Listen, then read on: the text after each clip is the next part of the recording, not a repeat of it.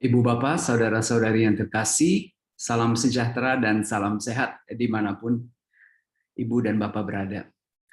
Beberapa orang murid meminta kepada saya untuk mempersiapkan materi audiovisual untuk kitab Nabi Daniel, dan atas pertolongan Tuhan dan berkat doa Ibu Bapak sekalian hari ini saya dapat mencoba untuk mempersiapkan bahan tersebut.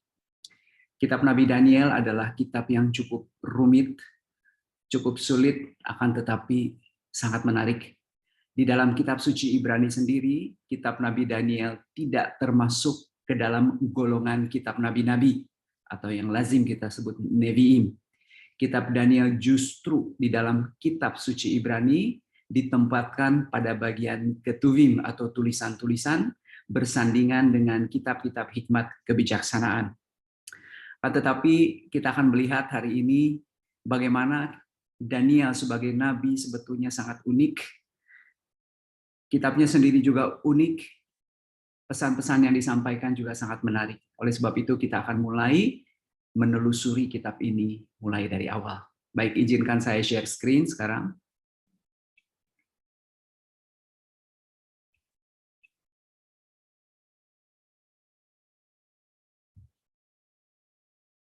Baik, Daniel, begitulah nama sang nabi di dalam bahasa Ibrani. Arti dari katanya dan artinya hakim. I, saya, El, Allah. Allah lah hakim saya, atau Allah lah hakimku. Nah, sebelum kita memulai masuk ke dalam kitabnya, kita belajar sedikit sejarah silsilah Raja-Raja Babel, kerajaan yang menghancurkan kerajaan selatan Yehuda pada tahun 587 sebelum Masehi. Silsilah Raja-Raja Babel adalah sebagai berikut, dimulai dengan Nebopolazar, lalu digantikan oleh putranya bernama Nebukadnezar. Nebukadnezar memiliki anak bernama Evil Merodach, namun dia hanya memerintah selama 2 tahun. Nampaknya terjadi perebutan kekuasaan oleh ipar Nebukadnezar yang bernama Neriglisar. Neriglisar kemudian digantikan oleh putranya bernama Labashi Marduk. Pada tahun 556 terjadi perebutan kekuasaan lagi. Nabonidus yang bukan merupakan salah satu keturunan dari Nebopolazar menggantikan kedudukan sebagai raja. Nabonidus ini raja yang sangat unik karena dia kurang suka tinggal di istana. Oleh sebab itu dia memilih tinggal di tempat agak terpencil bernama Teman. Dan sebagai wakilnya di istana, dia menunjuk putranya bernama Belshazzar. Saudara, berapa lama bangsa Yahudi ini dibuang di Babel? Menurut nubuat Nabi Yeremia adalah selama 70 tahun. Penting sekali bagi kita untuk memperhatikan kronologis raja-raja yang memerintah pada saat sang nabi mulai berkarya sampai dengan akhir masa pelayanannya. Baik itu raja-raja Yudea atau raja-raja Mesir, raja-raja Babel, dan bahkan raja Persia ya. Raja Persia yang pada saat itu mungkin belum merupakan kekuatan yang berarti, akan tetapi makin lama makin menjadi bangsa yang kuat. Nah, kita masuk sekarang ke dalam kitabnya di bab 1 ayat 1. Pada tahun yang ketiga pemerintahan Yoyakim, Raja Yehuda, datanglah Nebukadnezar, Raja Babel, ke Yerusalem lalu mengepung kota itu. Saudara, peristiwa ini terjadi kurang lebih tahun 605 sebelum Masehi. Di sini saya berikan garis merah mendatar di bagian atas. Jadi pada saat itu Raja Yudea bernama Yoyakim, dia adalah putra dari Yoahas. Yoahas ini dibunuh oleh Raja Mesir bernama Firaun Neko. Firaun Neko ya. Berarti pada saat itu yang memerintah di Mesir adalah Firaun Neko. Nebukadnezar adalah Raja Babel pada saat itu. Sedangkan Persia pada saat itu belum merupakan kerajaan yang kuat. Nanti di ayat 21 dari bab 1 dikatakan, Daniel itu akan ada di sana, maksudnya di istana, sampai tahun pertama pemerintahan Raja Koresh. Tahun pertama pemerintahan Raja Koresh sekitar tahun 539 atau 538 sebelum Masehi. Jadi cukup lama sang nabi berkarya, kurang lebih selama 60 tahun ya, 60 tahun. Baik, Saudara, sekarang kita lihat ayat 2. Tuhan menyerahkan Yoyakim, Raja Yehuda, dan sebagian dari perkakas-perkakas di rumah Allah ke dalam tangannya. Semuanya itu dibawanya ke tanah Sinear, ke dalam rumah dewanya. Perkakas-perkakas itu dibawanya ke dalam perbendaharaan dewanya. Saudara, bukan hanya mengalahkan raja, mengalahkan bangsa, tetapi juga menjarah bait Allah yang merupakan pusat peribadatan bangsa Yahudi pada saat itu, dijarah, perkakas-perkakasnya dibawa ke tanah Sinear. Sinear, menurut Kejadian bab 11 ayat 2 adalah tanah Babel. Lalu raja bertitah kepada Aspenas, kepala istananya. Aspenas, kepala istana, dalam bahasa Ibrani disebut Rav Sarisim, artinya dia adalah kepala sida-sida ya, untuk membawa beberapa orang Israel yang berasal dari keturunan raja dan dari kaum bangsawan, yakni orang-orang muda yang tidak ada suatu cela, yang berperawakan baik, yang memahami berbagai hikmat, berpengetahuan banyak, dan mempunyai pengertian tentang ilmu, yakni orang-orang yang cakap untuk bekerja di dalam istana raja, supaya mereka diajarkan tulisan dan bahasa orang Kasdim. Jadi mereka memilih beberapa orang dari orang-orang yang dibuang itu, tetapi yang memiliki kualifikasi unggul begitu ya. Dikatakan mereka adalah orang-orang muda. Nah, dalam bahasa Ibrani, muda ini digunakan kata yeladim, yelet, artinya sebetulnya anak muda, benar-benar muda, ya boy. Usia Daniel menurut tradisi pada saat dia mulai masuk ke istana Babel itu berusia 14 tahun. Tidak ada suatu celah, berperawakan baik. Lalu juga pandai, inteligensia tinggi, memahami berbagai hikmat, berpengetahuan banyak, berilmu. Orang-orang yang cakap, lalu mereka dilatih di istana Babel, diajarkan tulisan dan bahasa orang Kasdim. Kasdim juga Babel ya. Lalu ayat kelima, dan raja menetapkan bagi mereka pelabur setiap hari dari santapan raja dan dari anggur yang biasa diminumnya. Mereka harus dididik selama 3 tahun, dan sesudah itu mereka harus bekerja pada raja. Jadi selama periode pelatihan ini, orang-orang yang terpilih ini diberi makanannya. Pelabur itu artinya konsumsi, menu makanan, makanan yang akan disantap oleh sang raja sendiri. Juga anggur yang akan diminum oleh sang raja sendiri. Singkat kata, mereka diperlakukan sangat istimewa karena merupakan calon-calon pegawai istana. Nah, periode pelatihan ini berlangsung selama 3 tahun. Selama 3 tahun. Di antara mereka itu ada juga beberapa orang Yehuda, yakni Daniel, Hananya, Mishael, dan Azaria. Pemimpin pegawai istana itu memberi nama lain kepada mereka. Daniel dinamakan Beltsazar, Hananya dinamakan Sadrach, Mishael dinamakan Mesach, dan Azaria dinamakan Abednego. Jadi lazim pada saat itu orang-orang Babel mengganti nama orang-orang Yehuda menjadi nama-nama Babel, dan di dalam nama-nama itu memang termaktub sebetulnya nama dewa-dewi Babel. Sebagai contoh, Bel itu adalah dewa Babel ya. Demikian juga Abednego, Nego, Nebo, Nabo itu juga dewa Babel. Sekarang, apa yang terjadi? Mereka cukup istimewa diperlakukannya dengan menyantap santapan sang raja sendiri. Akan tetapi apa yang diputuskan oleh Daniel dan teman-temannya, ayat 8, Daniel berketetapan untuk tidak menajiskan diri dengan santapan raja dan dengan anggur yang biasa diminum raja. Dimintanyalah kepada pemimpin pegawai istana supaya ia tak usah menajiskan dirinya. Saudara, ini adalah keputusan yang diambil oleh Daniel dan teman-temannya. Mereka tidak mau makan santapan raja. Kemungkinan besar mereka itu takut bahwa makanan-makanan itu najis. Kenapa najis? Kita melihat di sini bahwa kitab Taurat ini memiliki peraturan yang cukup ketat mengenai halal atau haramnya makanan. Kita bisa bahas secara panjang lebar dari Imamat bab 11. Atau yang kemungkinan yang kedua adalah cara mempersiapkan makanan itu yang kurang tepat, ya. Salah satunya mereka juga harus melihat bagaimana cara binatang itu disembelih.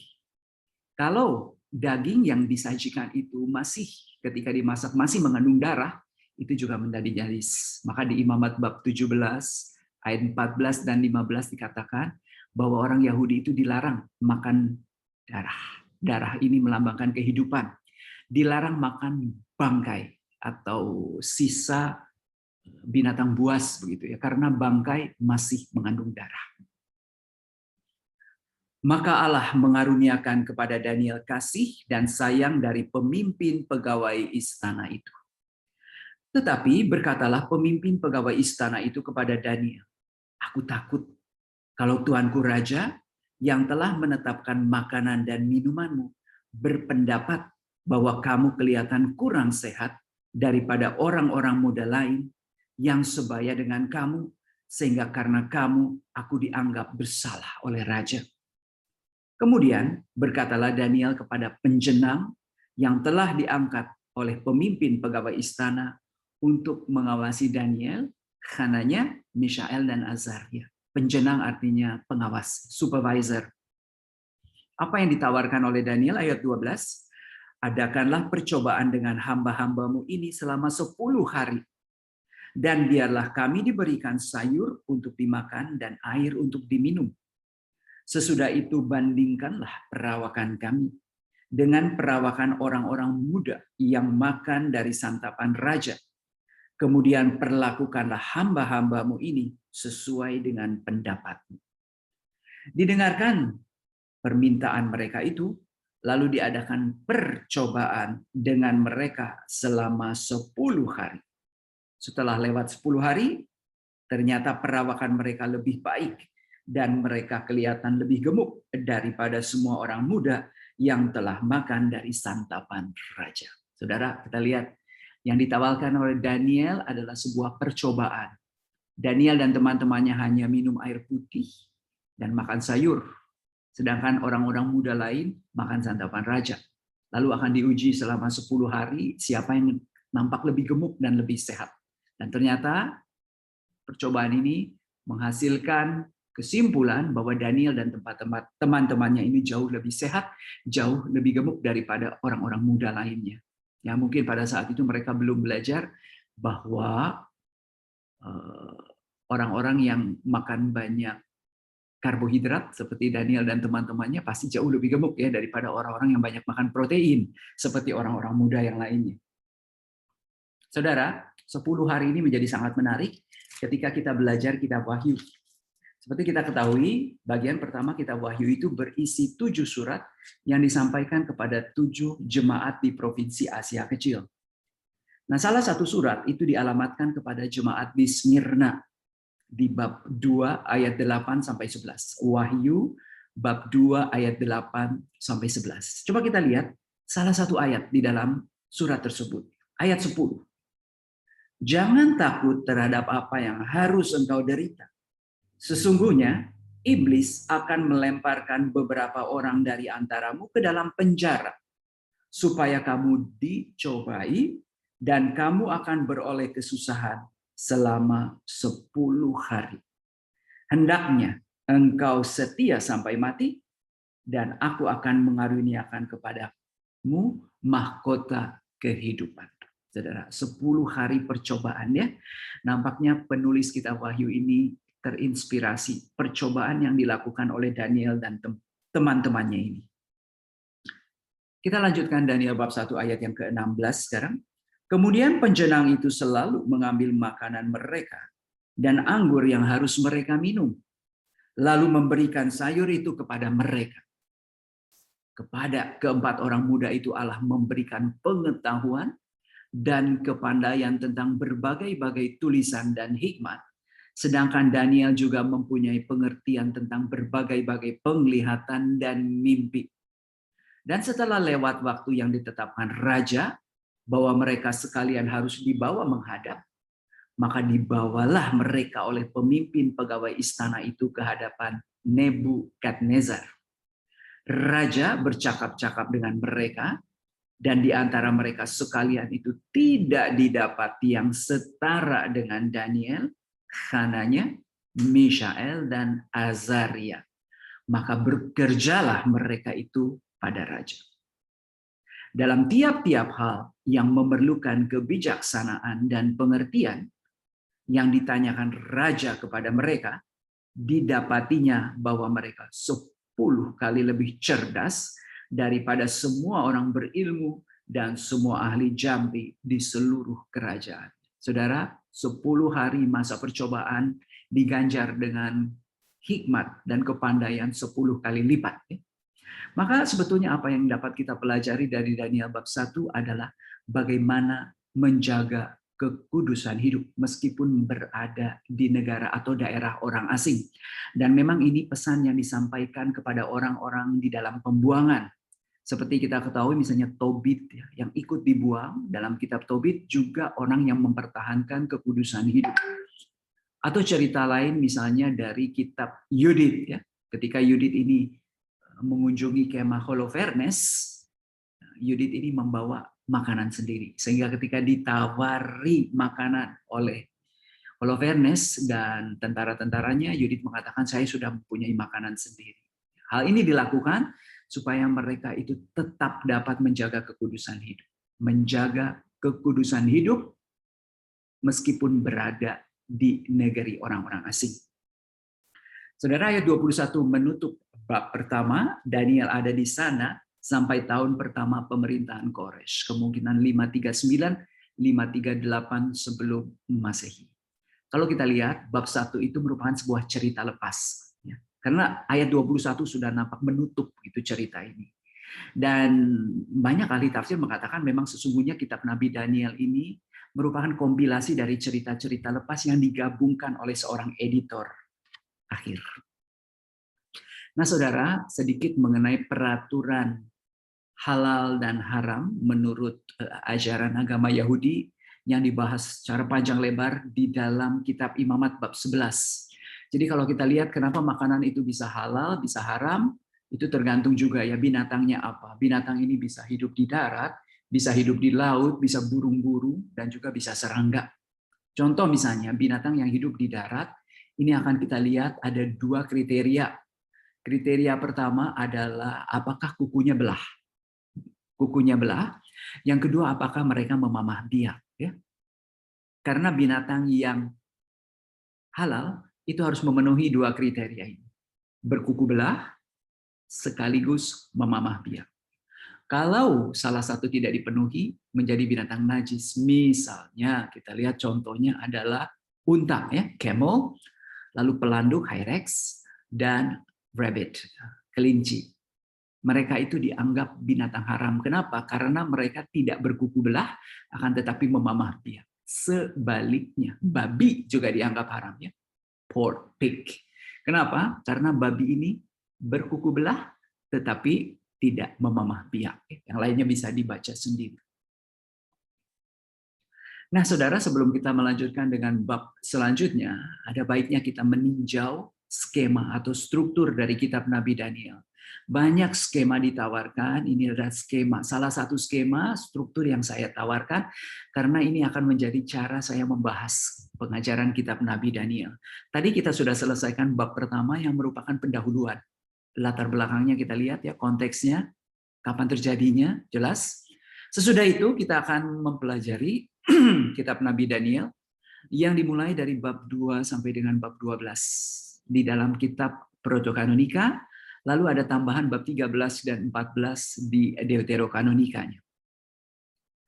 Bab 2 ini berkaitan dengan bab 7. Kenapa demikian? Karena berbicara tentang mimpi. Di bab 2 yang bermimpi Raja Nebukadnezar, di bab 7 yang bermimpi adalah Daniel. Lalu bab 3 ini berkaitan dengan bab 6. Kenapa? Karena bab 3 bercerita tentang bagaimana teman-teman Daniel, Sadrah, Mesakh, Abednego ini harus berjuang mati-matian untuk mempertahankan iman mereka. Di bab 6 giliran Daniel yang diuji ya, dibuang ke gua singa, kisah yang kita kenal. Lalu di bab 4 dan bab 5 kita melihat ada dua penglihatan yang dilihat oleh dua orang raja. Nah, di bab 4 ini Nebukadnezar kembali bermimpi. Nebukadnezar boleh dianggap sebagai raja pertama kerajaan Babel menurut kitab Daniel. Sedangkan raja terakhirnya adalah Raja Belshazzar. Dia bukan bermimpi tapi melihat penglihatannya. Ada tangan yang menulis beberapa patah kata di tembok. Jadi ini bagian pertama. Kemudian kita lihat bab 7 ini saya kaitkan dengan bab 12. Kan di bab 7 ini diperkenalkan sosok ilahi yang bernama anak manusia. Anak manusia ini diberi kekuasaan oleh yang lanjut usianya untuk menjadi hakim atas bangsa-bangsa.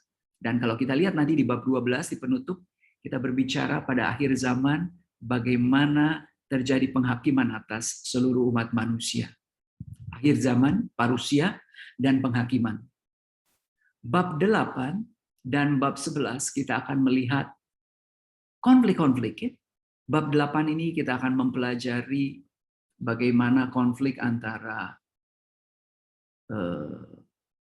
Persia, Media, lalu Yunani, dan seterusnya.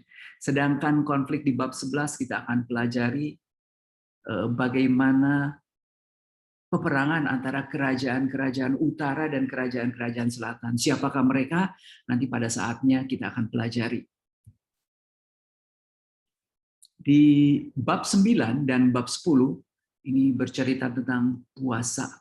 Puasa yang dilakukan oleh Daniel dan doa yang dilakukan oleh Daniel.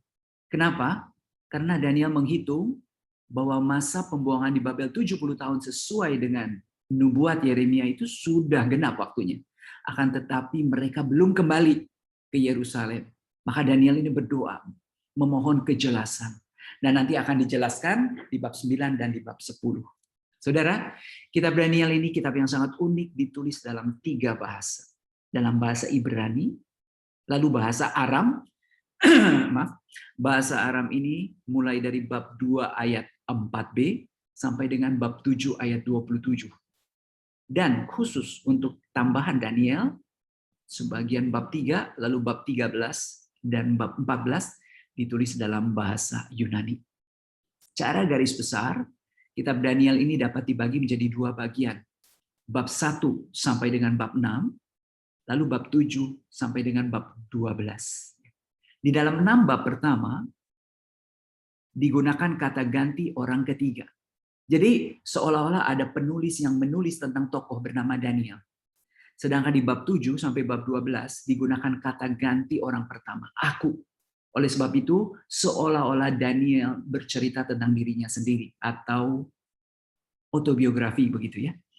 Nah, saudara, selain kata ganti yang berbeda, bab 1 sampai dengan bab 6 itu juga berbeda gayanya dengan bab 7 sampai bab 12.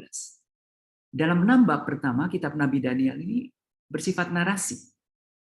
Kisah, cerita ya, yang lebih mudah sebetulnya untuk diikuti. Tetapi memasuki bab 7 sampai bab 12, kita menemukan bagian-bagian yang jauh lebih sulit karena menggunakan sastra apokaliptik, ya, jenis sastra dalam kitab suci yang cukup menantang sebetulnya karena cukup sulit dalam penafsirannya. Saudara, sekarang kita masuk ke bab 2. Pada tahun yang kedua pemerintahan Nebukadnezar, bermimpilah Nebukadnezar. Karena itu hatinya gelisah dan ia tidak dapat tidur.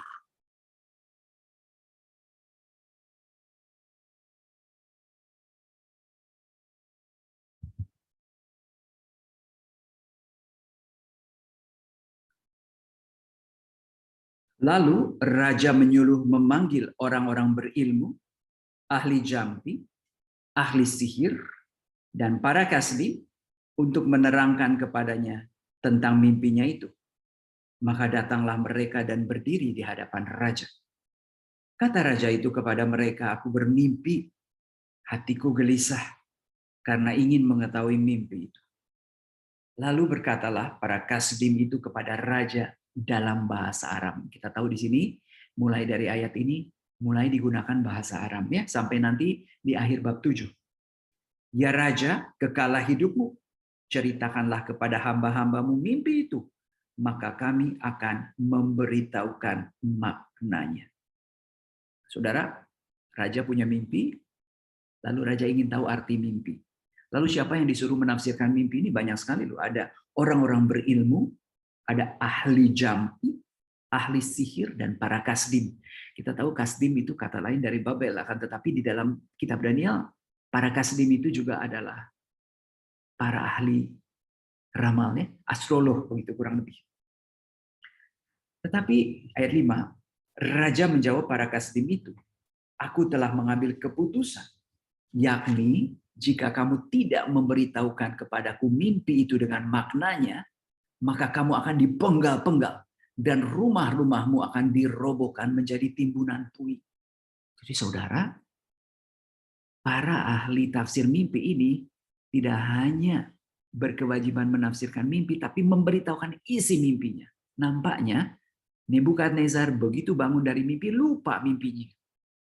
Jadi ini adalah tugas yang luar biasa, double ya. Isi mimpinya apa? Artinya apa? Maka saudara, kita lihat ayat 7. Maka mereka menjawab pula, silakan Tuanku Raja menceritakan mimpi itu kepada hamba-hambanya ini, maka kami akan memberitahukan maknanya. Mana bisa menafsirkan sebuah mimpi kalau mimpinya sendiri tidak diceritakan. Tapi jawab Raja di ayat 8, aku tahu benar kamu mencoba mengulur-ulur waktu, karena kamu melihat bahwa aku telah mengambil keputusan. Yakni, jika kamu tidak dapat memberitahukan kepadaku mimpi itu, maka kamu akan kena hukuman yang sama. Dan aku tahu bahwa kamu telah bermufakat untuk mengatakan kepadaku hal-hal yang bohong dan busuk sampai keadaan berubah. Oleh sebab itu ceritakanlah kepadaku mimpi itu, supaya aku tahu bahwa kamu dapat memberitahukan maknanya juga kepadaku. Saudara, apa jawab ahli-ahli mimpi itu? Ayat 10. Para kasdim itu menjawab raja, tidak ada seorang pun di muka bumi yang dapat memberitahukan apa yang diminta Tuanku Raja. Dan tidak pernah seorang raja, bagaimanapun agungnya dan besar kuasanya, telah meminta hal sedemikian dari seorang berilmu atau seorang ahli jampi atau seorang kasdim. Apa yang diminta Tuanku Raja terlalu berat, dan tidak ada seorang pun yang dapat memberitahukan kepada Tuanku Raja selain dari dewa-dewa yang tidak berdiam di antara manusia.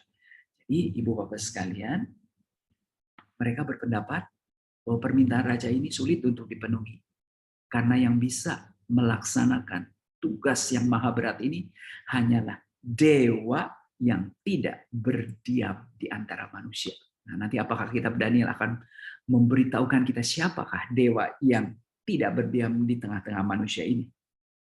Maka raja menjadi sangat geram dan murka karena hal itu, lalu dititahkannya lah untuk melenyapkan semua orang bijaksana di Babel. Sadis ya? Kan tetapi peristiwa ini mencatat sejarah sebetulnya. Pernah terjadi. Kita tahu di kitab 1 Samuel bab 22, 1 Samuel bab 22, terutama ayat 13 sampai 19, diceritakan bagaimana Saul, raja Israel, menitahkan supaya semua imam di kota Nob untuk dibunuh. Kenapa? Karena salah seorang imam yang bernama Ahimelech ini pernah membantu Daud dalam pelarian. Ya, maka seluruh imam di kota Nob ini dibantai, ditumpas kecuali satu orang putra. Ahimelech yang bernama Abiatar ini mampu melarikan diri. Nah, saudara, ayat 13. Ketika titah dikeluarkan supaya orang-orang bijaksana dibunuh, maka Daniel dan teman-temannya pun terancam akan dibunuh. Yalah, karena mereka termasuk bilangan orang-orang bijak yang ada di lingkungan istana. Tanpa terkecuali mereka harus dibunuh. Dan kita tahu kematian merupakan hal yang paling ditakutkan oleh orang-orang yang dibuang. Karena apa? Dengan demikian habislah keturunan Yahudi. Maka di sini kita lihat ya, kelangsungan bangsa sendiri pun terancam begitu. Kejadian yang sama terjadi juga di kitab Ester. Kelangsungan hidup suatu bangsa itu terancam. Maka apa lagi yang dipikirkan oleh Daniel? Ayat 14, berkatalah Daniel dengan cerdik dan bijaksana kepada Arioch, pemimpin pengawal raja yang telah pergi untuk membunuh orang-orang bijaksana Babel itu. Lalu dia bertanya kepada Arioch, mengapa titah yang begitu keras itu dikeluarkan oleh raja? Lalu Arioch memberitahukan hal itu kepada Daniel. Maka Daniel ini menghadap raja, meminta waktu untuk memberitahukan makna itu kepada raja. Nah, kemudian pulanglah Daniel dan memberitahukan hal itu kepada teman-temannya. Dengan maksud apa? Penting. Ayat 18 di layar ini saya cetak tebal. Dengan maksud supaya mereka memohon kasih sayang kepada Allah semesta langit mengenai rahasia itu, supaya Daniel dan teman-temannya jangan dilenyapkan bersama-sama dengan orang-orang bijaksana yang lain di Babel. Maka rahasia itu disingkapkan kepada Daniel dalam suatu penglihatan malam. Lalu Daniel memuji Allah semesta langit. Terjawab sudah. Siapa dewa yang tidak tinggal di tengah-tengah manusia? Allah, ya. Allah ini yang mengungkapkan, menyingkapkan rahasia itu. Saudara, kalau kita tahu kata menyingkapkan dalam bahasa Yunani apokalipsis. Apokalipsis menyingkapkan, membuka, menyatakan. Sedikit, karena ini rahasia besar Allah. Baik, saudara. Sekarang kita persingkat. Akhirnya Daniel ini menghadap Raja Nebukadnezar. Lihat ya, ayat 27. Daniel menjawab, katanya kepada raja, rahasia yang ditanyakan tuanku raja tidaklah dapat diberitahukan kepada raja oleh orang bijaksana, ahli jampi, orang berilmu atau ahli nujum. Tetapi di surga ada Allah yang menyingkapkan rahasia-rahasia. Ia telah memberitahukan kepada tuanku Raja Nebukadnezar apa yang akan terjadi di hari-hari yang akan datang. Mimpi dan penglihatan-penglihatan yang tuanku lihat di tempat tidur itu ialah. Nah, sekarang kita lihat apa yang dimimpikan oleh raja, ya. Sedang tuanku ada di tempat tidur, timbul pada tuanku pikiran-pikiran tentang apa yang akan terjadi di kemudian hari. Dan dia yang menyingkapkan rahasia-rahasia telah memberitahukan kepada tuanku raja apa yang akan terjadi. Ayat 31, ya raja, tuanku melihat sebuah penglihatan, yakni sebuah patung yang amat besar. Anda bisa lihat gambarnya di layar. Kepalanya dari emas, dada dan lengannya dari perak, perut dan pinggangnya dari tembaga, sedangkan pahanya dari besi, dengan kakinya sebagian dari besi dan sebagian lagi dari tanah liat. Sementara tuanku melihatnya, terungkit lepas sebuah batu tanpa perbuatan tangan manusia, lalu menimpa patung itu tepat pada kakinya yang dari besi dan tanah liat itu sehingga remuk. Maka dengan sekaligus diremukannya lah juga besi, tanah liat, tembaga, perak dan emas itu. Dan semuanya menjadi seperti sekam di tempat pengirikan pada musim panas. Lalu angin menghembuskannya. Sehingga tidak ada bekas-bekasnya yang ditemukan. Tetapi batu yang menimpa patung itu menjadi gunung besar yang memenuhi seluruh bumi. Nah, itulah mimpi Raja Nebukadnezar. Saudara, sekarang kata Daniel, itulah mimpi Tuanku, ayat 36 ya. Dan sekarang maknanya akan kami katakan kepada Tuanku Raja. Lihat maknanya sekarang ya. Ya Tuanku Raja, Raja segala raja, yang kepadanya oleh Allah semesta langit telah diberikan kerajaan, kekuasaan, kekuatan, dan kemuliaan. Dan yang ke dalam tangannya telah diserahkannya anak-anak manusia, dimanapun mereka berada. Binatang-binatang di padang dan burung-burung di udara. Dan yang dibuatnya menjadi kuasa atas semuanya itu. Tuankulah kepala dari emas itu. Jadi kepala dari emas itu adalah kerajaan Babel. Ya, saudara, saya di sini berikan juga beberapa ayat acuan yang bisa dibaca sendiri bahwa memang emas ini agak sedikit mengacu kepada Babel. Ya. Kemudian ayat 39. Sesudah Tuanku akan muncul sebuah kerajaan lain yang kurang besar dari kerajaan Tuanku. Maka kualitasnya berkurang dari emas menjadi perak. Ya. Kemudian suatu kerajaan lagi, yang ketiga dari tembaga, makin berkurang kualitasnya, yang akan berkuasa atas seluruh bumi. Sesudah itu akan ada suatu kerajaan yang keempat, yang keras seperti besi, tepat seperti besi yang meremukkan, dan menghancurkan segala sesuatu, dan seperti besi yang menghancur luluhkan, maka kerajaan ini akan meremukkan dan menghancur luluhkan semuanya. Keras yang keempat ini. Dan seperti Tuanku lihat, kaki dan jarinya sebagian dari tanah liat tukang periuk, sebagian lagi dari besi. Ini berarti bahwa kerajaan itu terbagi. Memang kerajaan itu juga keras seperti besi, sesuai dengan yang Tuanku lihat. Besi itu bercampur dengan tanah liat.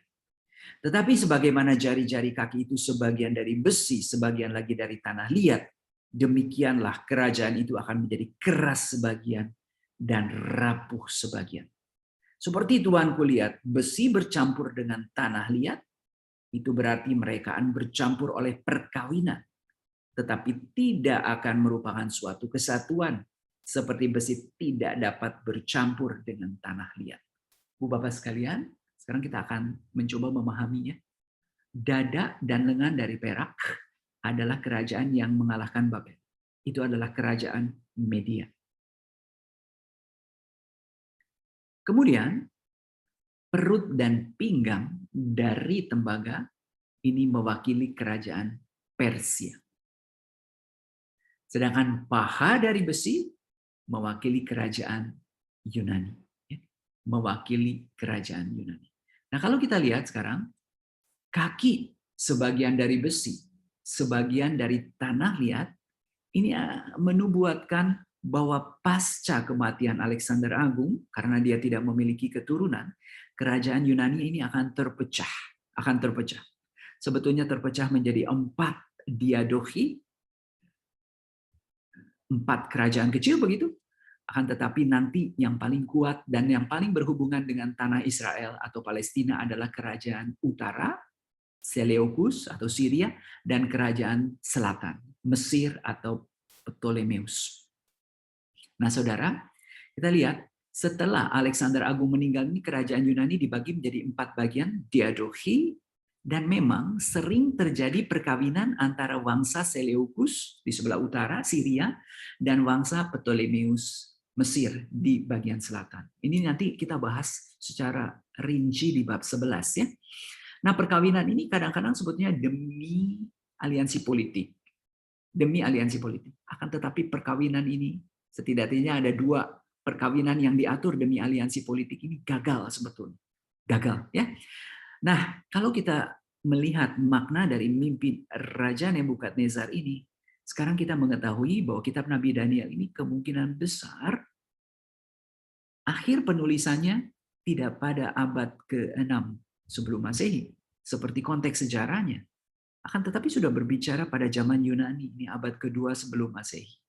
Kalau begitu, kemungkinan besar memang ada Daniel kedua atau Daniel B, ya, yang menjadi editor akhir dari kitab Nabi Daniel, akan tetapi dia juga merangkum nubuat-nubuat yang dikumpulkan pada masa Nabi Daniel pertama, atau Daniel A, saya katakan begitu. Nah, saudara, sekarang kita lihat apa arti batunya, ya? Apa arti batunya? Tetapi pada zaman raja-raja ayat 44, Allah semesta langit akan mendirikan suatu kerajaan yang tidak akan binasa sampai selama-lamanya. Dan kekuasaan tidak akan beralih lagi kepada bangsa lain.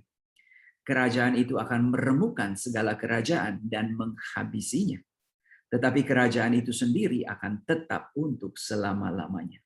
Tepat seperti yang Tuanku lihat, bahwa tanpa perbuatan tangan manusia, sebuah batu terungkit lepas dari gunung dan meremukkan besi, tembaga, tanah liat, perak, dan emas itu. Allah yang maha besar telah memberitahukan kepada Tuanku Raja apa yang akan terjadi di kemudian hari. Mimpi itu adalah benar dan maknanya dapat dipercayai. Saudara, batu ini melambangkan kerajaan Mesias, ya. Kerajaan Mesias ini akan mengatasi seluruh kerajaan duniawi. Dan kerajaan ini berasal dari Allah sendiri. Nah, kita tahu, saudara, menggunakan batu sebagai lambang Mesias ini memang cukup lazim, ya. Kita temukan misalnya di Mazmur bab 18 atau di 1 Petrus bab 2 ayat 6. Kita juga mungkin cukup lazim di kuping kita kalau kita dengarkan kata batu yang dibuang oleh tukang-tukang telah menjadi batu penjuru. Nah, itu, ya, batu. Saudara, kalau seorang raja yang ambisius mendengarkan tafsir mimpi, ini pasti marah. Tapi reaksi Nebukadnezar justru berbeda.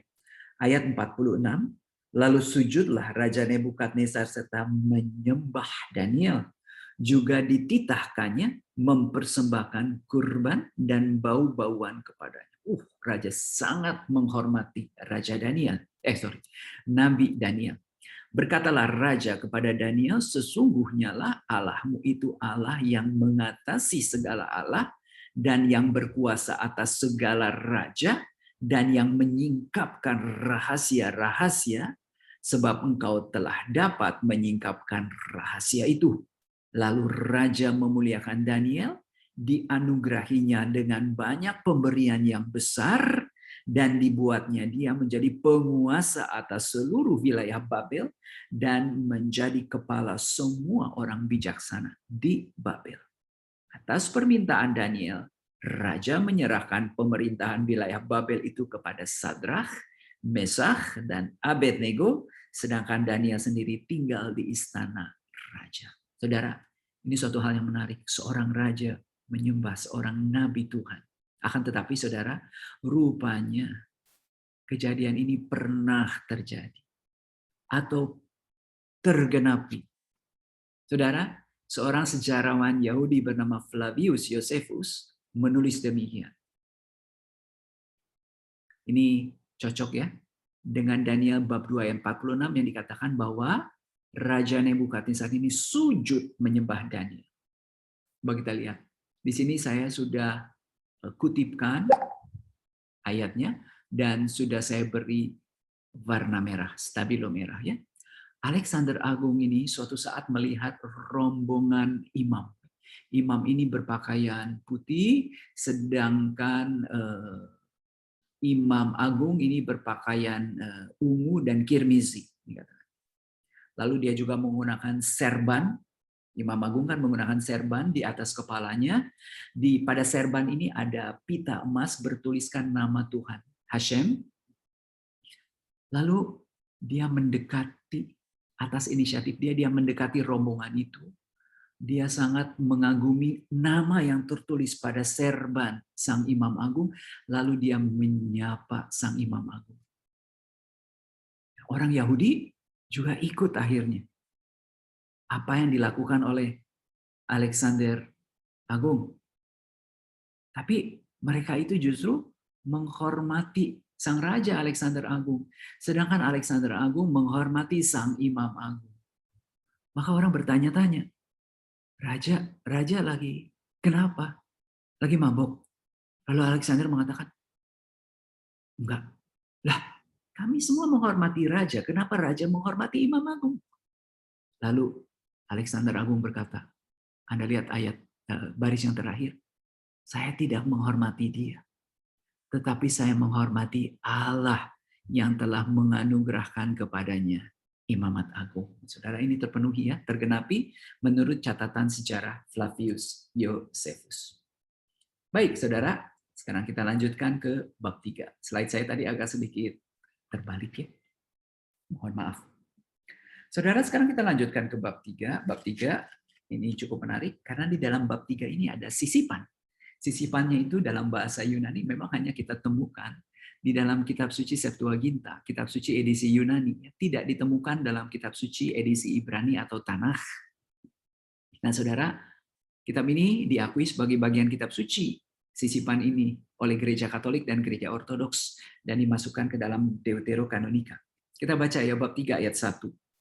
Raja Nebukadnezar membuat sebuah patung emas yang tingginya 60 hasta dan lebarnya 6 hasta yang didirikannya di daratan Dura di wilayah Babel. Patung yang sangat tinggi, 60 hasta kali 6 hasta. Saudara, 6. Nanti kalau belajar kita Wahyu juga, 6. 6 itu menunjukkan tidak sempurna. Kenapa? Karena yang sempurna itu 7. 6 ini sehebat apapun nyaris sempurna, tidak sempurna. Nah, saudara, kalau kita lihat perbandingannya, tingginya 60 hasta. 1 hasta kurang lebih setengah meter, 30 meter tingginya. Lalu lebarnya 3 meter. Sebuah perbandingan tubuh yang sebetulnya tidak proporsional. 10:1. Tampangnya seperti apa 10:1? Kurus tinggi. Tapi kemungkinan besar 60 itu ditambahkan dengan mejanya kali ya, atau altarnya, atau mesbahnya begitu. Mungkin ya, saya tidak tahu. Nah, ini terbuat dari emas. Terbuat dari emas. Tadi di bab 2 kita belajar emas ini melambangkan Babel. Nebukadnezar ini Raja Babel. Patungnya emas semua loh. Kita lihat sang raja ini mulai gila. Saya emas tapi nanti diganti perak. Nanti diganti sama tembaga. Nanti diganti sama besi. Nggak mau ah. Saya ingin menjadi raja sepanjang masa. Maka semua dibuat emas.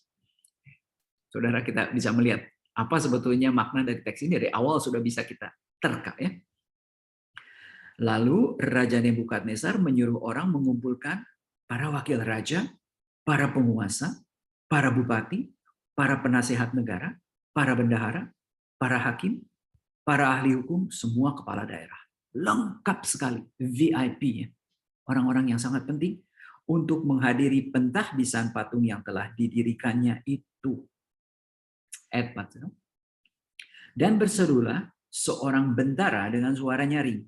Beginilah dititahkan kepadamu, hai orang-orang dari segala bangsa, suku bangsa, dan bahasa. Demi kamu mendengar bunyi sangkakala, seruling, kecapi, rebab, gambus, serdam, dan berbagai-bagai jenis bunyi-bunyian, haruslah kamu sujud menyembah patung yang telah didirikan Raja Nebukadnezar itu. Anda lihat, parade alat-alat musik, 7 jenis alat musik yang digunakan. Luar biasa, simfoni yang maha besar, yang maha megah begitu ya. Begitu simfoni itu dinyanyikan, begitu simfoni itu dibunyikan, maka seluruh bangsa, seluruh suku bangsa harus sujud menyembah patung emas yang didirikan oleh Raja Nebukadnezar itu. Saudara, kita tahu tadi ya, emas ini melambangkan Babel. Maka yang disembah itu kemungkinan besar adalah Raja Babel. Patung itu melambangkan siapa? Raja Nebukadnezar sendiri. Raja ingin disembah sebagai Allah atau sebagai Tuhan. Nah, saudara, kalau kita lihat kejadian ini mirip sedikit ceritanya dengan peristiwa Menara Babel. Ya, Menara Babel, manusia mendirikan menara setinggi-tingginya ingin mencapai langit karena manusia ingin menyamai Allah. Dan apa yang terjadi? Di situ hadir segala bangsa.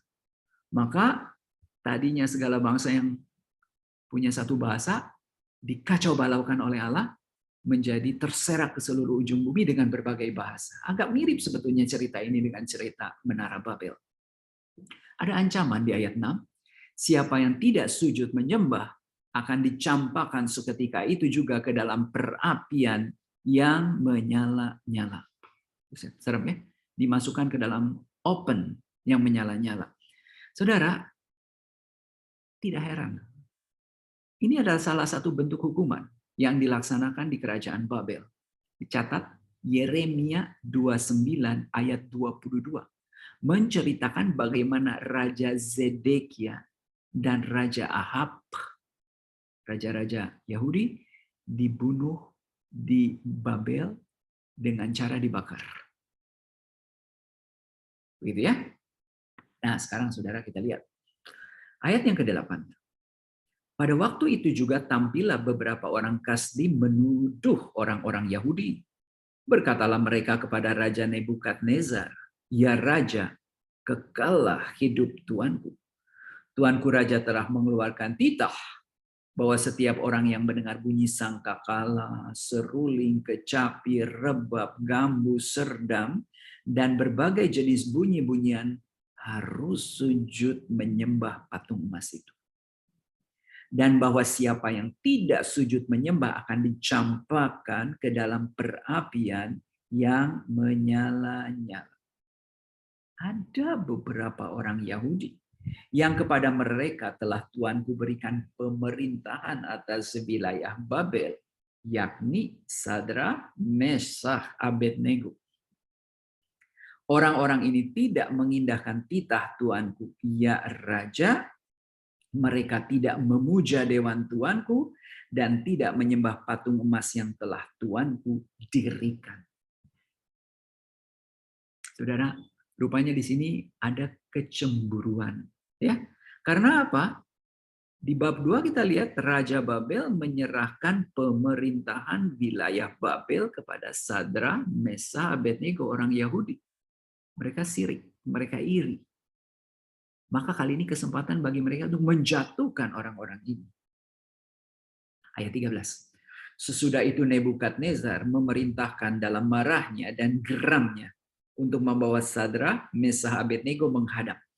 Saudara, mungkin ada satu pertanyaan, Daniel kemana pada saat itu? Nah, seperti saya katakan, kemungkinan besar cerita-cerita dalam kitab Nabi Daniel ini adalah cerita-cerita lepas. Ya, nah, tapi kita bisa saja berandai-andai bahwa Daniel pada saat itu sedang melaksanakan tugas ke luar negeri atau kemana begitu ya, sehingga dia tidak berada di tempat. Nah, sekarang saudara, kita lihat apa yang ditanya oleh sang raja kepada mereka, ayat 14. Berkatalah Nebukadnezar pada mereka, apakah benar, hai Sadrak, Mesakh dan Abednego, bahwa kamu tidak memuja dewaku dan tidak menyembah patung emas yang kudirikan itu? Sekarang, jika kamu bersedia, demi kamu mendengar bunyi sangkakala, seruling, kecapi, rebab, gambu, serdam, dan berbagai-bagai jenis bunyi-bunyian, sujudlah menyembah patung yang kubuat itu. Tetapi jika kamu tidak menyembah, kamu akan dicampakkan seketika itu juga ke dalam perapian yang menyala-nyala. Dan dewa manakah yang dapat melepaskan kamu dari dalam tanganku? Tadi di bab 2, tidak ada yang bisa menafsirkan dan memberitahu kepada raja isi mimpi raja, kecuali dewa yang tidak tinggal di tengah-tengah manusia. Kali ini tantangan keluar dari mulut sang raja sendiri. Ya, kalau saya campakkan kalian ke dalam api yang menyala-nyala, saya mau tahu dewa mana yang dapat melepaskan kalian dari tangan saya. Kita lihat apa jawaban dari Sadrah, Mesah, Abednego ayat 16. Tidak ada gunanya kami memberi jawab kepada Tuanku dalam hal ini. Jika Allah kami yang kami puja sanggup melepaskan kami, maka ia akan melepaskan kami dari perapian yang menyala-nyala itu dan dari dalam tanganmu ya Raja. Tidak ada kesombongan rohaninya. Dia katakan, kalau Allah kami sanggup melepaskan kami. Yang kedua, tetap ayat 18. Tetapi seandainya tidak, hendaklah Tuanku mengetahui ya Raja, bahwa kami tidak akan memuja dewa Tuanku, tidak akan menyembah patung emas yang Tuanku dirikan itu. Mereka siap menjadi martir. Maka saudara, meluaplah kegeraman Nebukadnezar, air mukanya berubah terhadap Sadrah, Mesah, Abednego, lalu diperintahkannya lah supaya perapian itu dibuat 7 kali lebih panas daripada yang biasa. Memakai bahasa hiperbola ya. Karena kita tahu kehebatan struktur pada saat itu paling membuat tungku dari bata ya. Dari bata. Belum dikenal beton bertulang, belum dikenal teknologi konstruksi yang luar biasa. Dan kalau kita tahu api yang menyala katakanlah 100 derajat atau 120 derajat 7 kali itu 1000 derajat. Sekarang perlu teknologi yang jauh lebih canggih ya. Hiperbola. Tapi yang dimaksudkan di sini adalah bagaimana sadisnya, bagaimana dahsyatnya hukuman itu. Nah, sekarang Saudara ayat 21. Lalu diikatlah ketiga orang itu dengan jubah, celana, topi, dan pakaian-pakaian mereka yang lain, dan dicampakkan ke dalam perapian yang menyala-nyala. Karena titah raja itu keras, dipanaskanlah perapian itu dengan luar biasa, sehingga nyala api itu membakar mati orang-orang yang mengangkat Sadrah, Mesah, dan Abednego ke atas. Tetapi ketiga orang itu yakni Sadrah, Mesah, Abednego jatuh ke dalam perapian yang menyala-nyala itu dengan terikat. Saudara, sampai dengan ayat 23 kita harusnya masuk ke dalam sisipan. Ya, tambahan Daniel. Tambahan Daniel ini ada setelah ayat ke-23. Berapa jumlahnya? Banyak sekali. Mulai ayat 24 sampai dengan ayat 90. Adanya di mana? Adanya di Deuterokanonika, tambahan Daniel. Coba kita lihat tambahan Daniel. Tambahan Daniel di Deuterokanonika. Saudara, sekarang kita akan lihat dulu tambahan Daniel pada bab 3, ayat 24 sampai 90, sebetulnya terdiri dari 2 perikop. Perikop pertama adalah doa Azaria. Ini ayat 24 sampai dengan ayat 50. Sedangkan yang kedua adalah lagu pujian ketiga pemuda, ayat 51 sampai dengan ayat 90. Kita lihat sedikit saja ya, karena saya juga tidak bisa membahas terlalu rinci. Kita lihat sekarang ayat bab 3 ayat 28. Keputusan-keputusan benar telah kau jalankan dalam segala sesuatunya yang kau datangkan atas diri kami dan atas kota suci nenek moyang kami yaitu Yerusalem. Sungguh sesuai dengan keadilan dan kebenaran telah kau datangkan semuanya itu oleh sebab segala dosa kami. Saudara, bayangkan, orang ini sedang mengalami ancaman kematian di dalam api yang menyala-nyala. Tetapi doa dia itu tidak memohon kelepasan dari api, dari bencana itu. Tetapi doanya berisi nomor 1 adalah pujian kepada Allah yang benar, Allah yang adil nomor 1. Yang kedua adalah pengakuan dosa Israel. Ini pengakuan dosa bangsa Israel, bukan pribadi. Ayat 29. Memang kami telah berdosa dan berbuat jahat dengan murtad daripadamu, dan kami telah banyak berbuat dosa, dan perintahmu tidaklah kami dengarkan, dan seterusnya.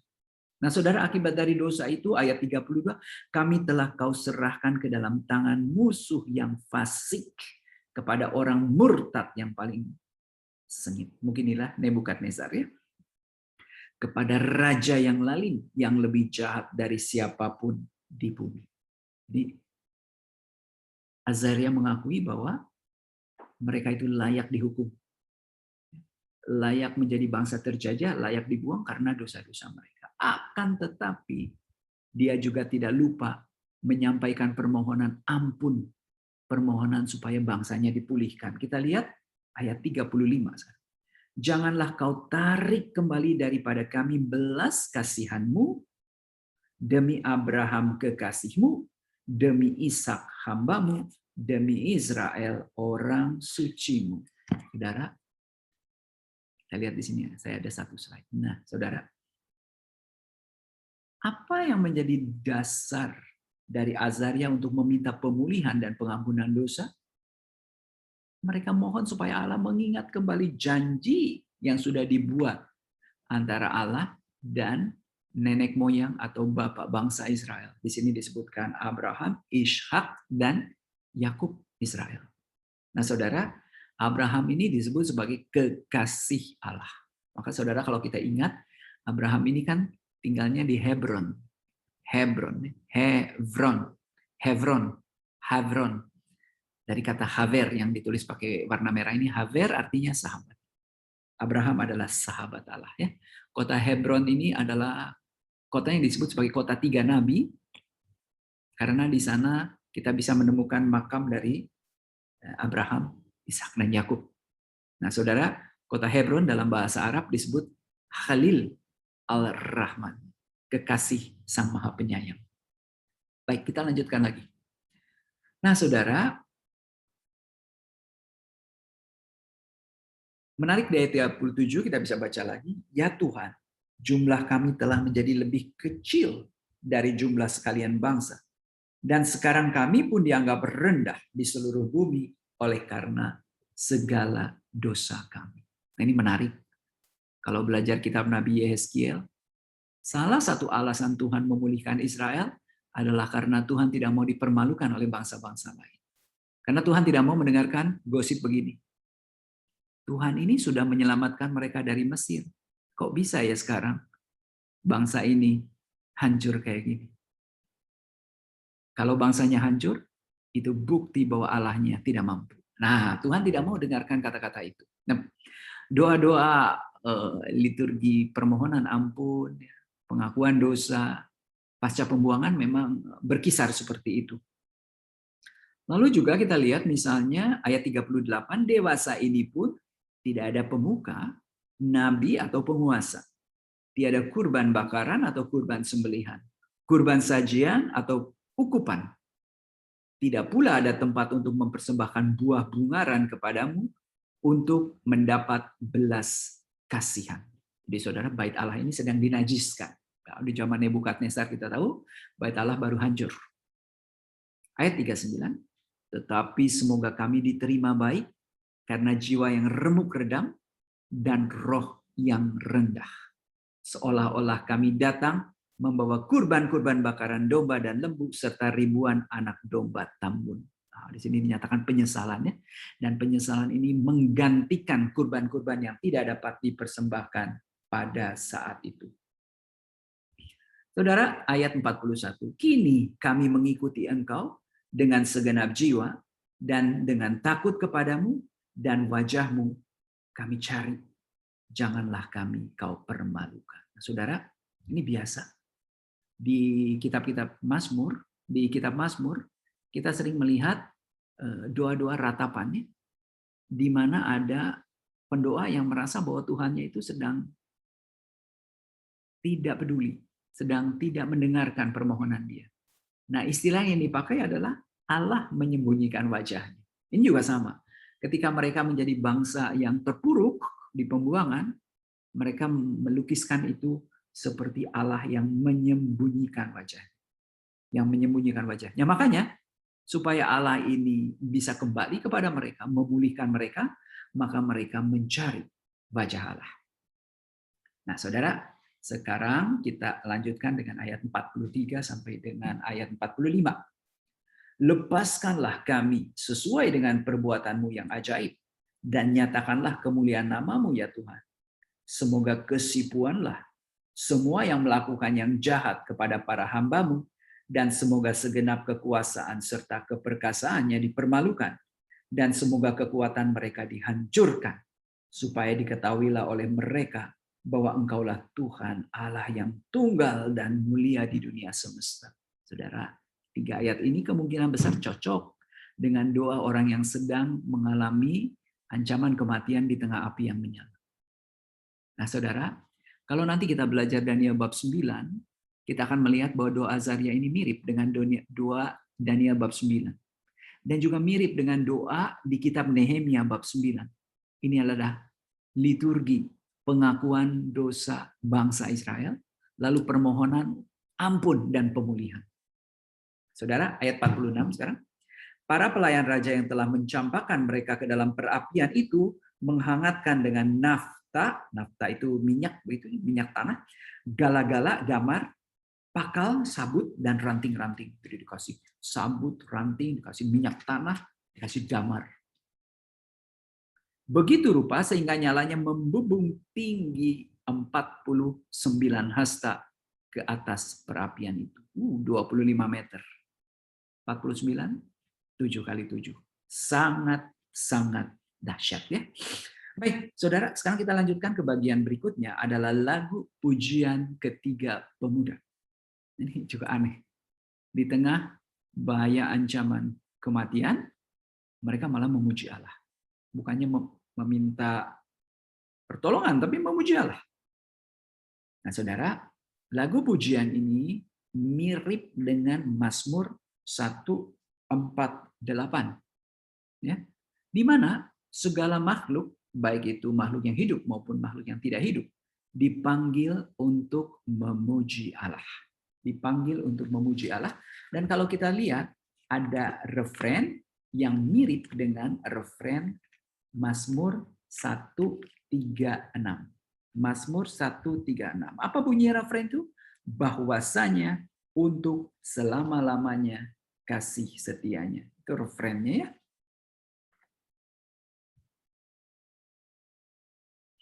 Baik saudara, ini panjang sekali. Kita tidak mungkin bahas satu demi satu, tapi saya berikan strukturnya saja supaya kita bisa mempelajari, nanti membaca dengan mudah. Ya. Nah, ayat 52 sampai dengan ayat 56, ini bentuknya begitu. Terpujilah engkau, ada sapaan, ada refren. Contohnya misalnya ayat 52. Terpujilah engkau Tuhan. Tuhan itu siapa? Allah nenek moyang kami. Yang patut dihormati dan ditinggikan selama-lamanya.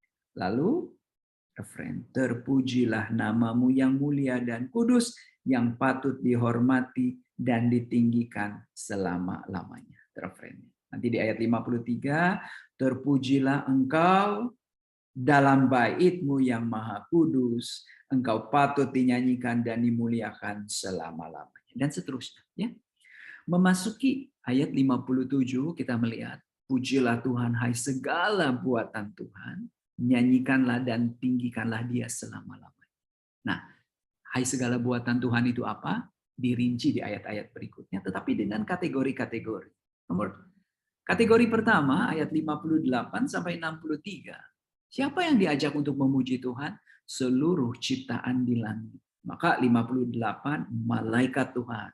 Terus apalagi 59, hai segenap langit. Ayat 60, hai segala air di atas langit. 61, hai segala tentara Tuhan. Dan seterusnya. Memasuki ayat 64, yang diajak untuk memuji Tuhan adalah seluruh ciptaan yang turun dari langit. Maka mulai ayat 64, hujan dan embun. Ayat 65, angin. Ayat 66, api dan panas terik. Dan seterusnya. Memasuki ayat 74, seluruh ciptaan di bumi dan di laut sekarang yang diajak untuk memuji Tuhan. Maka kita lihat 74 itu, siapa yang diajak? Bumi. Ya. 75, gunung gemunung. 76 segala tumbuh-tumbuhan, 77 segenap mata air dan bukit, dan seterusnya.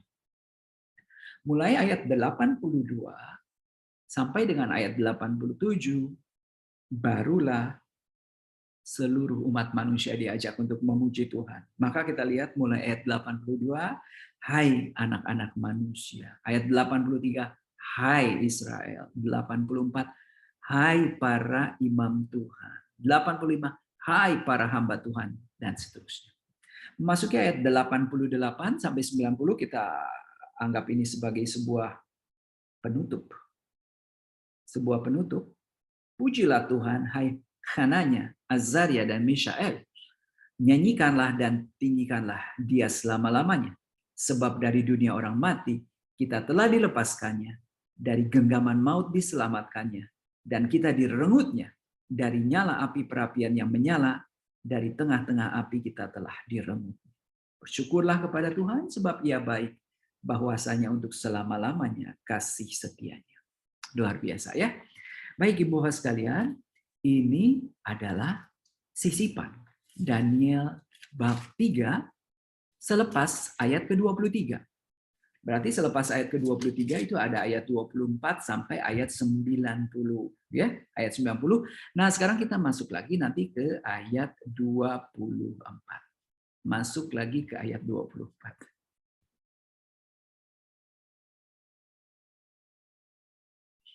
Nah, Saudara, kita lihat ayat 24. Kemudian terkejutlah Raja Nebukadnezar, lalu bangun dengan segera.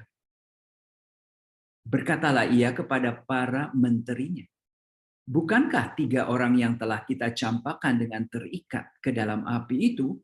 Jawab mereka kepada Raja, benar ya Raja. Katanya, tetapi ada 4 orang kulihat berjalan-jalan dengan bebas di tengah-tengah api itu. Mereka tidak terluka. Dan yang keempat itu rupanya seperti anak dewa. Saudara, ada yang menafsirkan anak dewa ini adalah Mesias ya. Tapi ada juga yang menafsirkan bahwa ini adalah malaikat yang melindungi. Lalu Nebukadnezar mendekati pintu perapian yang menyala-nyala berkata, Sadrah, Mesah, Abednego, hamba-hamba Allah yang maha tinggi, keluarlah dan datanglah kemari. Lalu keluarlah Sadrah, Mesah, Abednego dari api itu. Saudara, Raja kaget kenapa? Di ayat 27, baris terakhir dikatakan, bau kebakaran pun tidak ada pada mereka. Padahal api yang menyala-nyala dipanaskan sampai 7 kali lipat. Tapi bau kebakaran, bau sangit, bau angus pun tidak ada. Ayat 28. Berkatalah Nebukadnezar, terpujilah Allahnya Sadrah, Mesah, dan Abednego. Ia telah mengutus malaikatnya, anak dewa ya, dan melepaskan hamba-hambanya yang telah menaruh percaya kepadanya dan melanggar titah raja, dan yang menyerahkan tubuh mereka karena mereka tidak mau memuja dan menyembah Allah manapun kecuali Allah mereka. Sebab itu aku mengeluarkan perintah bahwa setiap orang dari bangsa, suku bangsa, atau bahasa manapun yang mengucapkan penghinaan terhadap Allahnya Sadrah, Mesah, dan Abednego akan dipenggal-penggal dan rumahnya akan dirobohkan menjadi timbunan puing. Karena tidak ada Allah lain yang dapat melepaskan secara demikian itu. Lalu Raja memberikan kedudukan tinggi kepada Sadrah, Mesah, dan Abednego di wilayah Babel. Baik, saudara, tadi ini terlewat sedikit. Di peninggalan arkeologis, para ahli menemukan batu yang ada tulisan-tulisannya. Dan kalau diterjemahkan, tulisan-tulisan ini berisi tafsir mimpi. Jadi ini boleh dikatakan buku primbon, mimpi Babel kuno. Baik, saudara, sekarang kita lanjut ke bab 4. Bab 4, Sang Raja Nebukadnezar kembali bermimpi. Bab 4 ayat 1. Tidak, kita lanjutkan saja langsung ke ayat 5 ya. Bab 4 ayat 5. Lalu dari ayat 4, maaf. Aku Nebukadnezar diam dalam rumahku dengan tenang dan hidup dengan senang dalam istanaku. Saudara, Nebukadnezar ini tinggal di istana Babel, dan kita tahu di Babel ini ada keajaiban dunia, taman gantung ya, taman gantung. Jadi kita bisa bayangkan betapa indahnya istana dari Raja Babel. Lalu aku mendapatkan mimpi yang mengejutkan aku, khayalanku di tempat tidurku, serta penglihatan-penglihatan yang kulihat menggelisahkan aku. Selanjutnya seperti biasa manggil tukang mimpi dan segala macam begitu ya. Cerita yang mirip, tapi akan kita lihat sekarang mimpinya apa, mulai ayat 10. Adapun penglihatan yang kudapat di tempat tidurku itu demikianlah, di tengah-tengah bumi ada sebatang pohon yang tinggi. Pohon itu bertambah besar dan kuat, tingginya sampai ke langit, dan dapat dilihat sampai ke ujung seluruh bumi. Daun-daunnya indah, buahnya berlimpah-limpah, padanya ada makanan bagi semua yang hidup, di bawahnya binatang-binatang padang mencari tempat bernaung, dan di dahan-dahannya bersarang burung-burung di udara, dan segala makhluk mendapat makanan daripadanya. Kemudian dalam penglihatan yang kudapat di tempat tidurku itu, tampak seorang penjaga, seorang kudus turun dari langit. Ia berseru dengan nyaring, demikianlah katanya, tebanglah pohon itu, dan potonglah dahan-dahannya, gugurkanlah daun-daunnya, dan hamburkanlah buah-buahnya.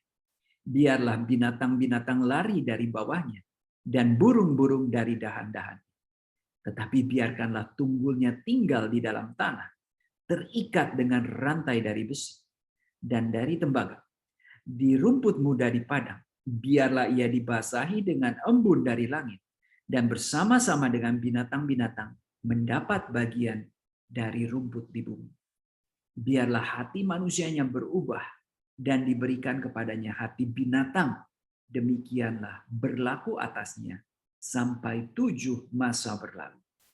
Titah ini adalah menurut putusan para penjaga, dan hal ini menurut perkataan orang-orang kudus, supaya orang-orang yang hidup tahu bahwa Yang Maha Tinggi berkuasa atas kerajaan manusia dan memberikan kepada siapa yang dikehendakinya. Bahkan orang yang paling kecil sekalipun dapat diangkatnya untuk kedudukan itu. Itulah mimpi yang telah kudapat, kata Raja Nebukadnezar. Nah, saudara, sekarang apa arti mimpi itu ya? Jadi kita lihat ada pohon tinggi banget sampai ke langit. Pohon ini menaungi burung-burung, menaungi binatang-binatang. Tetapi tiba-tiba ada malaikat yang menyerukan supaya pohon ini ditebang. Tapi tidak ditebang sampai habis, disisakan batang pohonnya. Lalu pohonnya ini harus diikat dengan rantai dari besi dan tembaga. Dibiarkan untuk begitu saja di tengah hutan, begitu hidup bersama dengan rumput, dengan embun, dengan binatang dan lain-lain.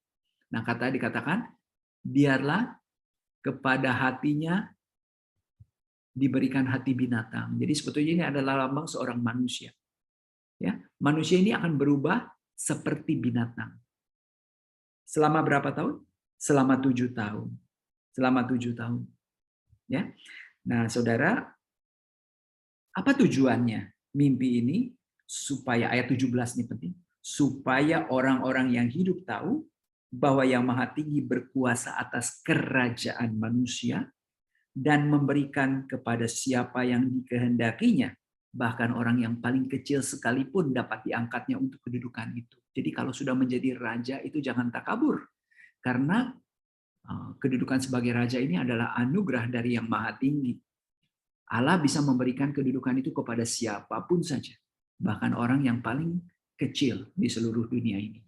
Saudara, kembali lagi, Daniel disuruh menerjemahkan mimpi itu. Saudara, di dalam kitab Nabi Yeskiel bab 31 dilukiskan bahwa Firaun itu juga adalah pohon aras yang ditebang.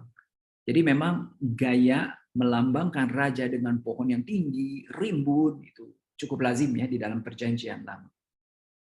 Kita lanjutkan tafsirnya di ayat 22. Tuankulah raja. Tuankulah itu ya raja. Tuankulah yang telah bertambah besar dan kuat, yang kebesarannya bertambah sampai ke langit, yang kekuasaannya sampai ke ujung bumi. Jadi kita tahu Nebukadnezar. Nah, saudara, ayat 25. Tuanku akan dihalau dari antara manusia, dan tempat tinggal Tuanku akan ada di antara binatang-binatang di padang. Kepada Tuanku akan diberikan makanan rumput seperti kepada lembu, dan Tuanku akan dibasahi dengan embun dari langit, dan demikianlah akan berlaku atas Tuanku sampai 7 masa berlalu, hingga Tuanku mengakui bahwa Yang Maha Tinggi berkuasa atas kerajaan manusia dan memberikan kepada siapa yang dikehendakinya. Jadi raja ini akan dihalau dari peradaban manusia, akan menjadi seperti binatang buas, begitu tinggal di hutan bersama dengan binatang-binatang buas dan tumbuh-tumbuhan di hutan. Sampai kapan? Sampai dia menyadari bahwa kedudukannya sebagai raja itu adalah anugerah dari Allah yang Maha Tinggi. Nah, saudara, ayat 27 sekarang. Jadi ya raja, biarlah nasihatku berkenan pada hati Tuanku. Lepaskanlah diri Tuanku daripada dosa dengan melakukan keadilan, dan daripada kesalahan dengan menunjukkan belas kasihan terhadap orang yang tertindas. Dengan demikian, kebahagiaan Tuanku akan dilanjutkan. Nah, saudara, apakah mimpi ini benar-benar menjadi kenyataan? Ayat 28, jawabnya. Semuanya itu terjadi atas Raja Nebukadnezar. Sebab setelah lewat 12 bulan, ketika ia sedang berjalan-jalan di atas istana Raja Babel, berkatalah Raja, bukankah itu Babel yang besar itu, yang dengan kekuatan kuasaku dan untuk kemuliaan kebesaranku telah kubangun menjadi kota kerajaan. Semuanya menggunakan kata aku, sombongnya. Seolah-olah aku ini yang menjadi penguasa alam semesta. Seolah-olah aku ini sama seperti Allah yang Maha Tinggi. Ayat 31, Raja belum habis berbicara ketika suara terdengar dari langit, kepadamu dinyatakan, Raja Nebukadnezar, bahwa kerajaan telah beralih daripadamu, engkau akan dihalau dari antara manusia, dan tempat tinggalmu akan ada di antara binatang-binatang di padang. Kepadamu akan diberikan makanan rumput seperti kepada lembu, dan demikianlah akan berlaku atasmu sampai 7 masa berlalu, hingga engkau mengakui bahwa Yang Maha Tinggi berkuasa atas kerajaan manusia dan memberikannya kepada siapa yang dikehendakinya. Jadi, saudara, rupanya Nebukadnezar nanti akan menjadi gila selama 7 tahun. Menjadi gila, ya. Gilanya apa? Seorang ahli psikologi mengatakan penyakit ini ada istilahnya, boantropi. Merasa diri seperti binatang, seperti lembu begitu. Maka nanti dia makan rumput. Nah, saudara, sampai kapan dia gila? 7 tahun. Ayat 33. Pada saat itu juga terlaksana perkataan itu atas Nebukadnezar, dan ia dihalau dari antara manusia dan makan rumput seperti lembu, dan tubuhnya basah oleh embun dari langit, sampai rambutnya menjadi panjang seperti bulu burung rajawali, dan kukunya seperti kuku burung.